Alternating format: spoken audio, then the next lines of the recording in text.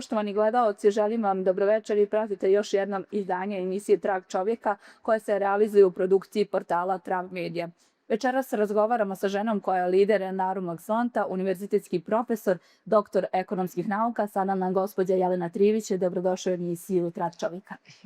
Dobar dan, pozdrav vama i svima koji će gledati ovu emisiju. Gospođo Trivić, ajde krenut ćemo nekako od najaktualnijih tema. Moram reći da je to upravo ova komisija za očuvanje nacionalnih spomenika BiH. Očekuje nas naredne sednice i posebna sjednica Narodne skupštine vete srpskog člana predsjedništva. Hoće li poslanici Narodnog fronta podržati taj veto i kakav je vaš stav o tome? Mi imamo principijelan stav da svi elementi inostranosti, odnosno stranog faktora u Bosni i Hercegovini treba da odu iz Bosne i Hercegovine i to ne bi trebao biti principijelan stav samo nas iz Republike Srpske, zato bi se trebali zalagati i bošnjački političari. Oni imaju neki drugi pristup. Oni smatraju dok su stranci tu da će njima nešto biti lakše da ostvare u Bosni i Hercegovini, ali u svakom slučaju Bosna i Hercegovina nema svoj puni suverenitet dok god postoji recimo kancelarija OHR-a ili dok god neki neizabrani, pa i sve i da je izabran stranac može da nameće zakone ili dok postoje strane sudije u Ustavnom sudu, mi ne možemo da govorimo o suverenosti te zemlje. Tako da Denis Bećirović kada se uporno poziva na suverenost Bosne i Hercegovine u principu griješi jer trebao bi sam sebi prvo da prizna da dogod postoji strani faktor koji se pita o bilo čemu u Bosni i Hercegovini, ta zemlja nije suverena. To je tako, ne zato što ja to tako volim ili ne volim, ali to je tako. Što se tiče ove konkretne teme, dakle naš principijelan stav je da te stvari treba završiti, zaključiti i da domaće snage treba da odlučuju u zemlji u kojoj žive tri konstitutivna naroda. Zašto to nije završeno svih ovih godina i decenija nakon završetka rata, to je sad malo dublja tema, ali u svakom slučaju treba vidjeti na sjednici Narodne skupštine gdje je to Željka Cvijanović napravila propust, ali mi u svakom slučaju ćemo podržati sve ono što su srpski nacionalni interesi, a naš interes jeste da stranaca nema u bilo kojem tijelu u kojem se odlučuje u Bosni i Hercegovini, pa tako i u ovoj komisiji. Iz nje su stranci izašli u nekim ranijim prethodnim periodima i mandatima, a sada ih neko pokušava vratiti. U svakom slučaju Narodna skupština može da pokaže svoju snagu u tom smislu i pravo veta srpskog člana predsjedništva, što je jedan od ključnih ustavnih mehanizama koje Republika Srpska ima u okviru ove državne zajednice Bosne i Hercegovine. I mi smo iznijeli svoj principijelan stav da ćemo reći ne vraćanju stranaca u institucije Bosne i Hercegovine, a bilo ko da je srpski član predsjedništva, mi bismo rekli ne vraćanju stranaca. Tako da, ali u svakom slučaju, s obzirom da se u medijima povela i rasprava vezano za propuste koji su napravljeni, a zbog kojih se došlo u ovu sada situaciju, to treba da se raspravi i na samoj sjednici Narodne skupštine. U svakom slučaju, naš stav će uvijek biti na liniji srpskih interesa, interesa Republike Srpske. Nikad nije bilo drugačije, makar to neko htio drugačije da predstavi.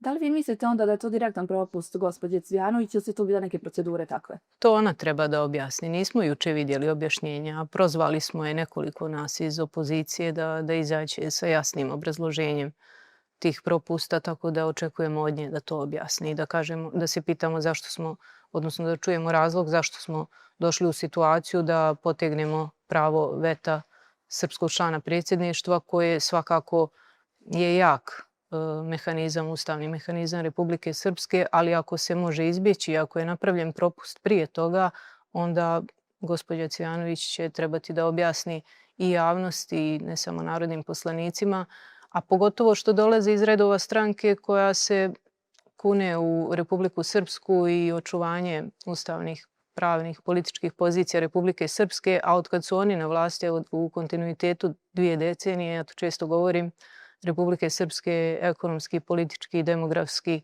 manje. Oni su jaki na retorici, na riječima, ali ako uzmete suštinski, Republika Srpska je slabija od kad SNSD tako grlato nas navodno brani u Sarajevu i generalno i na nekoj međunarodnoj sceni. Održana je sjednica PIK-a, nije se dogovorilo o visokom predstavniku, odnosno izabran je VD, prvi put institucija vršila dužnost visokog predstavnika. Šta kažete na to? prepisuju ovi stranci koji dođu u Bosnu i Hercegovinu, oni često prepišu neke naše, znate da kod nas ima mnogo direktora, ima mnogo imenovanih lica koji su u statusu VD, pa nam je sve VD.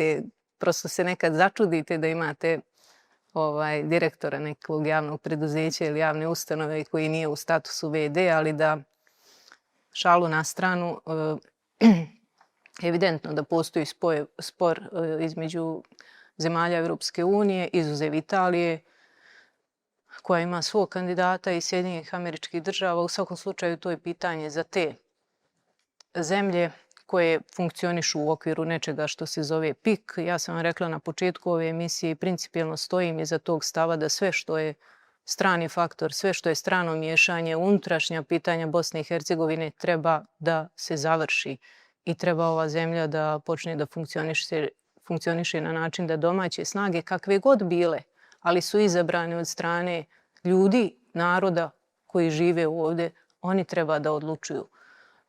I ovdje pitanje za one koji su bivšeg, neimenovanog i neizabranog visokog predstavnika, šta su sve govorili za njega, turista i tako dalje, što je sve tačno. Čovjek nije imao potvrdu Savjeta bezbjednosti, a neće imati ni ovaj. Na PIK-u je dogovoreno na prošloj sjednici da ako god da bude izabran, dovoljno je da to uradi PIK bez Savjeta bezbjednosti. I sad, ako ste principijelni, a evo naši politički oponenti u Republici Srpskoj očigledno nisu, oni navijaju za jednog od kandidata iz svojih nekih razloga. Ali ako ste principijelni, treba da kažete ni ovaj sada, kogod bio izabran, ako bude izabran, ako ne ostane ovaj VD, nema podršku, odnosno važeću rezoluciju Savjeta bezbjednosti, i on je turista. I on je, sve treba da mu daju sve one nadimke kao i prethodnom. Evo, mi hoćemo. Mi nemamo problem s tim. Iza nas ne stoje nikakve kombinacije sa stranim faktorom, niti sa bilo kim izvana. Mi razgovaramo. Najavi se, neko pita da li možemo da razgovaramo, ali niko ne stoji i ne donosi odluke vezano za bilo šta što se dešava u Republici Srpskoj. Što se tiče nas, što se tiče stranke koju ja predstavljam. A sad SNSD treba da odgovori na pitanje, a zašto oni navijaju za nekog da bude izabran ovaj ili onaj? Ako ni taj neće imati potvrdu Savjeta bezbjednosti, ako i taj će biti izabran u PIK-u u kojem nema Ruske federacije, a zašto oni za nekog navijaju? A navijaju, evidentno je, ne mogu da sakriju. Oni ne mogu da sakriju da navijaju za jednog od dva ponuđena kandidata. Evo to možda neko od gostiju koji bude poslije mene u ovoj vašoj lijepoj emisiji da odgovori na to pitanje. Mi ne da nemamo favorite, mi ne smatramo to relevantnim u smislu da će nešto biti dobro za Republiku Srpsku ili Bosnu i Hercegovinu. Sve što se ticalo stranog faktora u Bosni i Hercegovini je bilo loše po konstitutivne narode iz prostog razloga što stranci nemaju obavezu prema narodima koji ovdje žive. Oni predstavljaju svoje zemlje, provode svoje interese i rade u skladu s interesima i instrukcijama koje dobijaju iz svojih zemalja.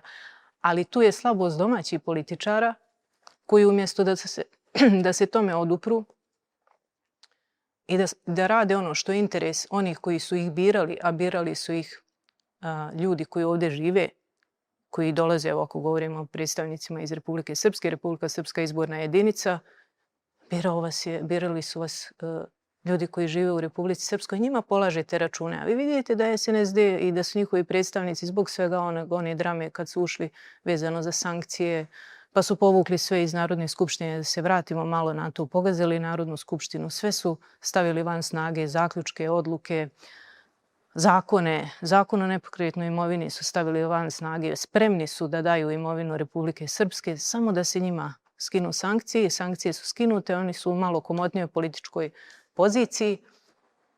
Oni su riješili statusno pitanje njih kao pojedinaca, ali ništa dobro nisu uradili za Republiku Srpsku. I to je ključno pitanje. Kako će oni izaći i da li uopšte mogu izaći iz kombinacija koje su napravili sa strancima. Mislim na SNSD. Interesantno je to kako vi govorite o strancima. Vi znate koliko u javnosti je bilo i govorilo se Jelena Trivić-Šmitova, pa Marsijeva, pa ste vi dobili 2 presude protiv 2 televizije, je li tako? Jesam. I dokazali da nemate veze, niti ste primili, kako je tad pisano, određenu količinu novca. Evo sad potpuno stav Narodnog fronta, vi ste u suštini za ukidanje OHR, je li tako? Tako je. I to Pa je sad stav. mi smo za odlazak stranih sudija iz Ustavnog suda Bosne i Hercegovine. Ali SNSD je prijetio nekoliko puta, nema odlučivanja u institucijama Bosne i Hercegovine dok ne odu strane sudije, povlače se srpski kadrovi iz institucija Bosne i Hercegovine, pa se svaki put vrate. A znate zašto se vrate? Zato što treba dogovoriti nekog direktora, neke komisije, neke agencije, ima puno tih agencija na nivou Bosne i Hercegovine, pa obećaju svojim stranačkim kadrovima, čekaj samo još malo, pa se onda, znate, puste jedno 15 ili mjesec dana da to tako kao bude nešto napeta atmosfera i kao, evo, povukli smo se iz institucija Bosne i Hercegovine, a onda se vrate kao da nikad ništa nije bilo. Jel tako? To je bilo 3 ili 4 puta otkad, evo, ja mogu reći, malo dublje pratim politiku. A bilo je i u prethodnim mandatima više puta. Tako da sva ta, znate, oni su glasni na riječima, a djela su nigdje. I da kažem nešto vezano za te presude. Dakle, ja sam tužila samo tada bilo koga za neku laž koja je izrečena o meni, zato što sam smatrala da je to bitna tema. Kad vas neko optuži da ste dobili neke ogromne novce izvana i da ste, nije tu čak bitna optužba koja je laž, naravno, vezano za tih 10 miliona američkih dolara. Nije čak bitna ni ta suma novca. Novac je, znate, nije to poenta priče. Da ja nisam dobila novac, naravno da nisam, pa vidjelo bi se da jesam. Znate, ne može se novac kao kašalj, ne možete da sakrijete. Tu je bila konstrukcija da sam ja dobila novac kao predsjednički kandidat da rušim Republiku Srpsku. Zamislite, nekoga optužite ko ovdje je rođen, čiji su svi ovdje, niko nije otišao, svi su tu radili, gradili, stvarali. Ja sam to govorila i više puta, mada mi je nekad teško da govorim o tome. Znači, neki su, kad je ovdje bio građanski rat, otišli u Srbiju, pa su bili tamo. A onda, kad su počela strašna dešavanja u Srbiji vezano za bombardovanje tada Savezne Republike Jugoslavije, onda su došli od tamo ovdje. Bilo je takvih slučajeva. A moji su išli tamo i tamo 99. da brane. Znate, i onda vas takve koji dolazite iz takvog jednog porodičnog miljeja optuže da rušite nešto srpsko. To je preteška optužba. Znači, tu su novci manje bitni. Mi smo htjeli dokazati ne samo da nismo dobili novac, što smo dokazali, nego da nismo strani plaćenici. I to smo dokazali. I to na taj način piše u 2 pravosnažne presude. Jedna protiv alternativne televizije i njima možete da kažete privatna televizija, neka piše šta hoće. Ali dobili smo i protiv radio televizije Republike Srpske, čiji dnevnik 17. septembra 2022. godine u sred kampanje je počeo sa prilogom: Jelena Trivić dobila 10 miliona američkih dolara da ruši Republiku Srpsku. Pa to ste morali da tužite. To prosto niste mogli da kažete, ma neka laž, neko slagao bez veze, nešto, neću time da se bavim.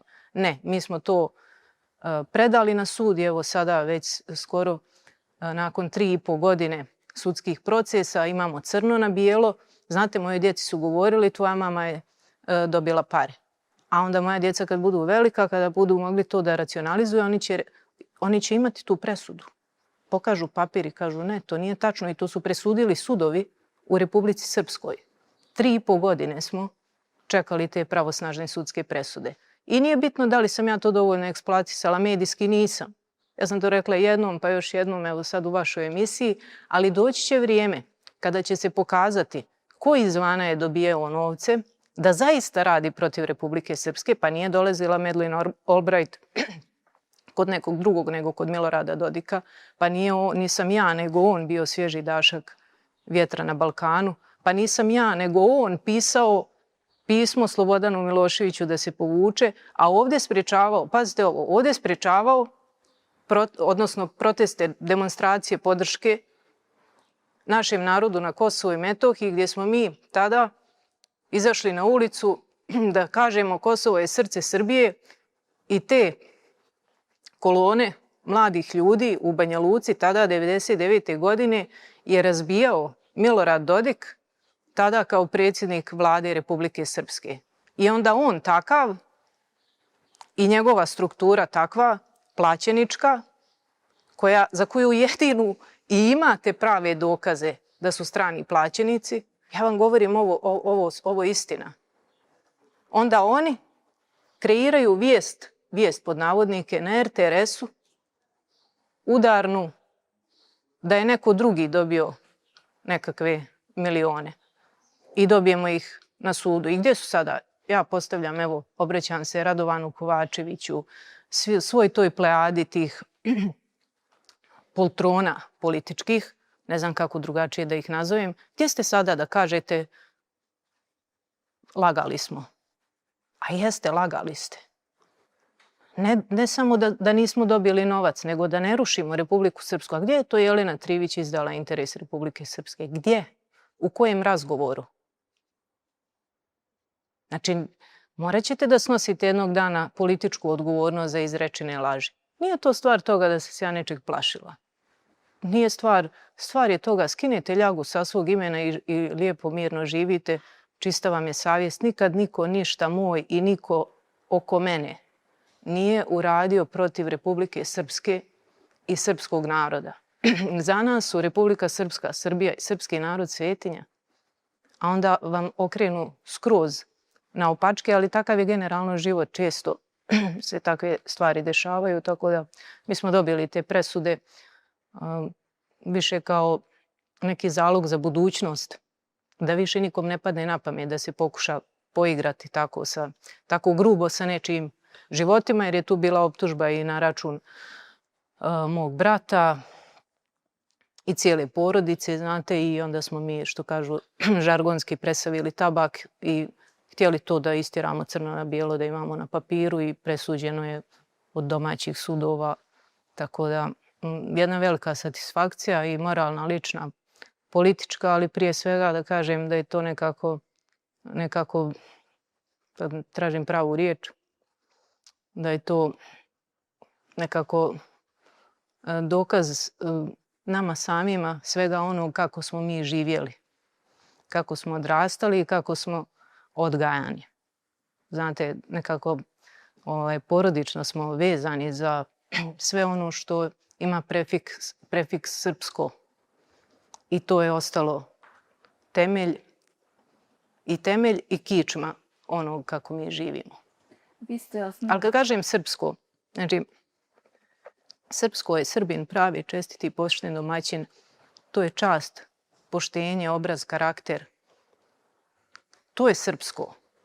A nije srpsko ovo, kako sada gledate na sceni, neko banalizovanje, neka vulgarizacija svega onog što je srpsko, pa neka galama, pa neka vika, dreka i na to sve laž. A iza vike i dreke o tome kako nešto neko brani, čuva i ne da, vidite da su ti ljudi mnogo bogati. Vidite da mnogo miliona oni negdje imaju. I vidite da ne brane ni srpstvo, ni čast, ni obraz, ni karakter, ni riječ, nego tu imovinu svoju. Aha, niste vi baš tako Srbi. I ne volite vi tu riječ srpsko, nego vi volite to što vi imate iza toga. I mislim da to narod razumije. Mislim da to narod većinski razumije. Da ta vika i galama, da je to sve paravan za ono što se dešava iza, ogromna korupcija. Osnivačica Narodnog fronta partije, prije toga ste bili u PDP-u. Vi ste, činim se, jedina žena koja je na čelu jedne partije, bar kod nas, koliko sam ja istraživala. Kako je to sve teklo, da se vratimo malo u političku prošlost? Zbog čega napuštanje PDP-a? Jeste vi to govorili, evo da podsjetimo malo narod, koliko je bilo teško osnivati i voditi sad Narodni front? Pa nije lako, ali ja ne volim da se žalim. Sve je to lični izbor, sve je to stvar vaših odluka, niko me nije natjerao. Tako da nemam pravo da se žalim ako je nekad teško. I sa tim bih da to bude vrlo jednostavno. Znači, ne treba čovjek da kuka ako se nečeg prihvatio. Treba da radi najbolje što može. Ako uspije, super. Ako ne uspije, bar da bude čist pred sobom, da je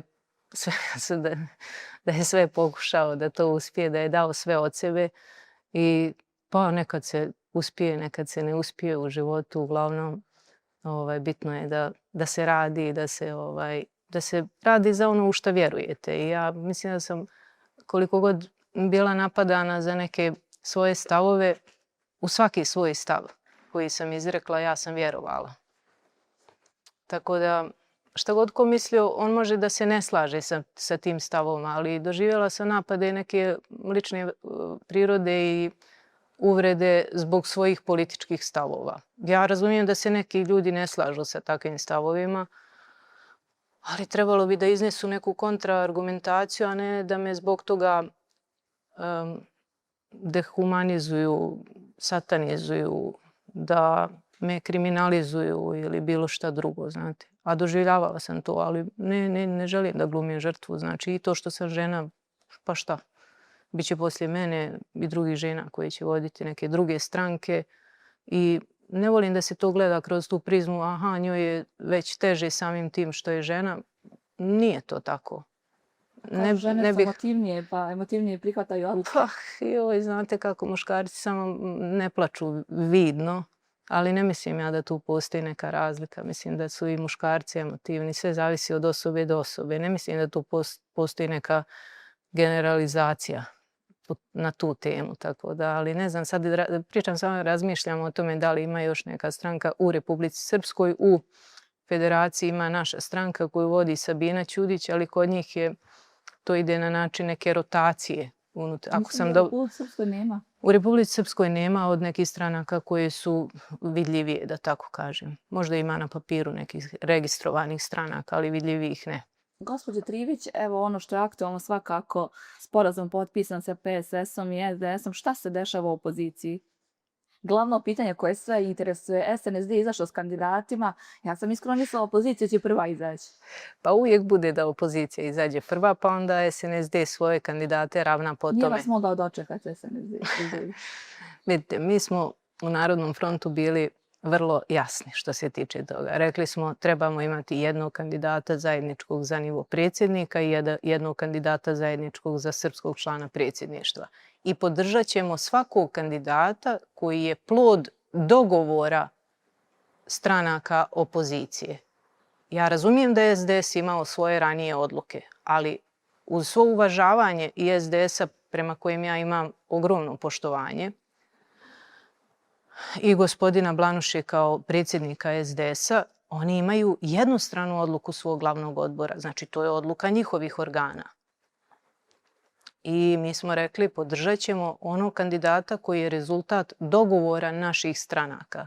I potpisali smo nešto što se zove međustranački dogovor, koji bi po nekoj logici trebao da ima veću snagu od unutar stranačkih odluka, po nekoj pravnoj logici.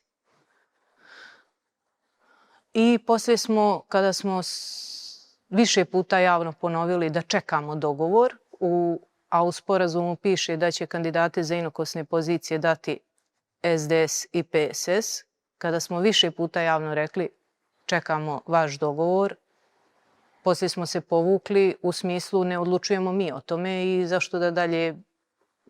zašto mi da javno pričamo o tome kada druge dve stranke treba da se dogovori.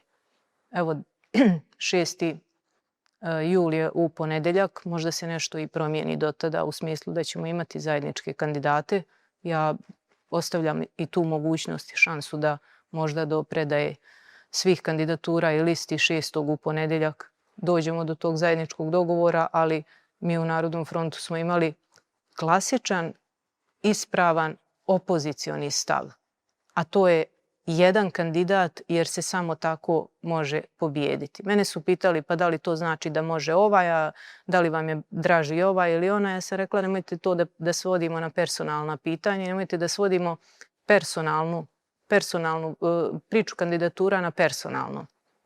Zašto? Pa ako nam je cilj da dođe do promjena, ako nam je cilj da pobjedimo, onda nije bitno šta ja mislim o nekom od kandidata. Moje mišljenje može da bude ovakvo ili onakvo, ali moj politički stav treba da bude onaj koji garantuje pobjedu nad onima koje želimo da promijenimo. Znači, ako želite da vidite SNSD mimo institucija vlasti, onda više nije vaše mišljenje bitno. Bitno je kako doći do tog cilja. Znate, moje mišljenje, možda moje preferencije su potpuno drugačije od onog što je u javnosti neko drugi interpretirao umjesto mene. I vjerovatno jesu lične moje preferencije drugačije. Ali ako bismo sad svi ubacili svoje lične preferencije u tu neku jednačinu, onda ne bismo došli ni do čega osim do ove zbrke do koje smo zapravo došli, ne računajući Narodni front koji je iz toga izuzet, jer smo bili vrlo pošteni, principijelni, kooperativni, saradljivi. Trpili smo štetu zarad postizanja dogovora za koji, kažem, opet moguće da će se i doći do tog dogovora. Evo, ostaje još nekoliko dana. Otkud vi ponovo sa gospodinom Stanivukovićem? Znate da ste u javnosti izazvali burne reakcije kada ste podržali PSS. Je li to upravo ovo što ste Ne, ja ne znam da smo mi podržali PSS. Zajedničko djelovanje opozicije, sporazum, razgovori? Pa ne piše tu Narodni front podržava PSS. To je neko rekao u naše ime, a to uopšte ne piše u tom sporazumu. Dakle, sporazum smo potpisali i sa SDS-om i sa PSS-om. Ja sam na sastanke došla kao predsjednik stranke sa svojom delegacijom, a ne kao Jelena Trivić, individua, i niti je Stanivuković došao kao individua, nego kao predsjednik svog pokreta koji se zove PSS. I Branko Blanuša je došao kao predsjednik SDS-a. I možda da bi bilo plastičnije, u životu sam uvijek mislila da se treba po svemu odrediti. I vi imate na političkoj sceni, odnosno imate dve strane političkog spektra. Ili imate dva stola za kojima možete da sjedite. Jedan je sto za kojim sjedi Milorad Dodik i njegovi koalicioni partneri i jedan je sto za koji može da sjedi opozicija. Ja sam odabrala da sjedim za tim stolom. To što se meni možda za tim stolom ne sviđaju svi, pa to je moj problem. To ne treba da bude problem nacije.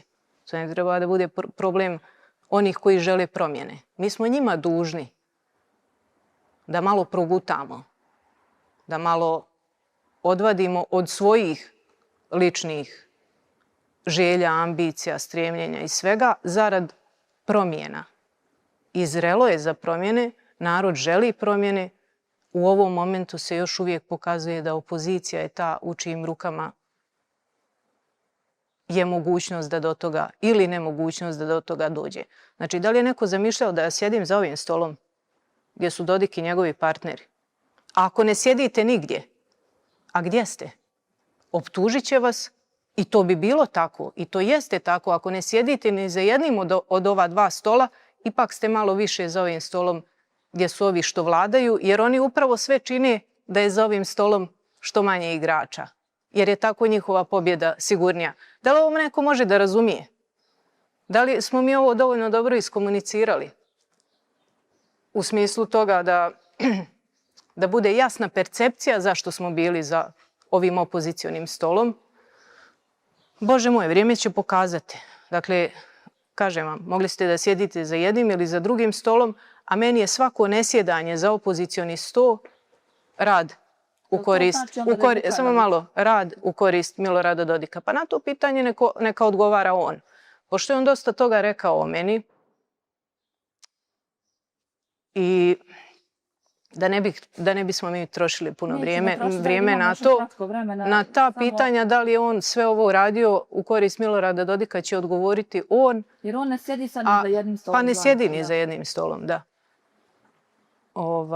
A da li je to uradio svjesno ili nesvjesno, opet ljudi će procjenjivati, znate. Ta priča ja sam opozicija opozicije vodi ka tome da vlast ostane vlast. Da postojeća vlast ostane vlast. Ta priča da ste vi jedini, iskreni, pošteni, prvi, da svi drugi u opoziciji ne valjaju, vodi ka tome da imamo ovu vlast. Možda zaista za tim opozicionim stolom ja smatram da svašta treba da se mijenja, da ima ljudi koji ne bi trebali biti tu, da znate, ali ipak sam zagovornik promjena. Ipak mi je ideja vodilja promjene. Ako bismo sada uzeli pa stalno vrtili ja sam opozicija opozicije, ja sam opozicija jer ni ova opozicija ne valja, pa dobro, onda ćete imati ovu vlast i izađite javno, poštenije, ljudskije, da izađete, kažete jeste, bolje da oni ostanu nego da ovi dođu. A ne, neće to da kažu. Nego nešto između, pa eto, ne znam šta. Ne znam šta im je. U stvari znam šta im je. Znam šta je tim koji su govorili i koji govore sve vrijeme.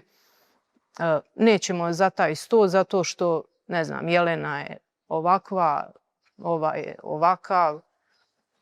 Oni vide svoju šansu u tome, ali znate u čemu? Da umjesto, ne znam, 5% imaju 6% ili umjesto 4 poslanika imaju 5 poslanika ili umjesto 6, 7, nebitno.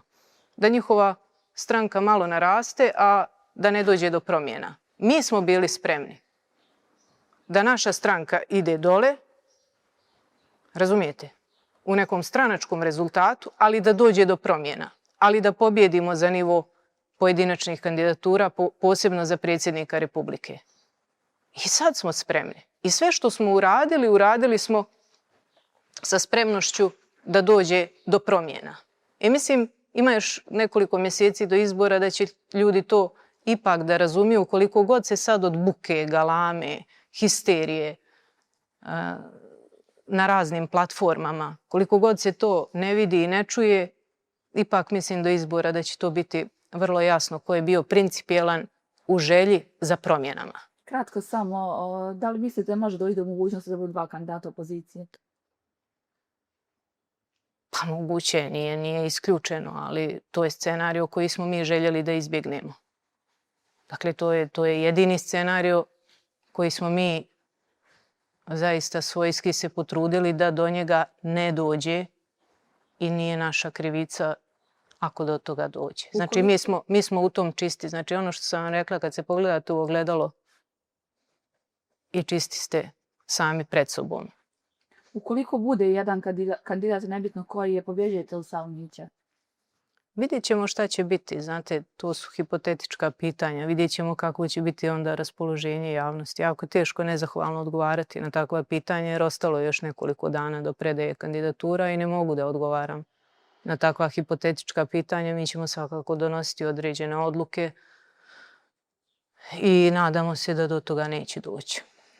Sad ono što vas hoću pitati, kažem, mogli bi mi dugo razgovarati, ima toliko tema, ali svakako nekako o vama se malo zna se onoliko koliko vi date i dozvolite da se zna u javnosti.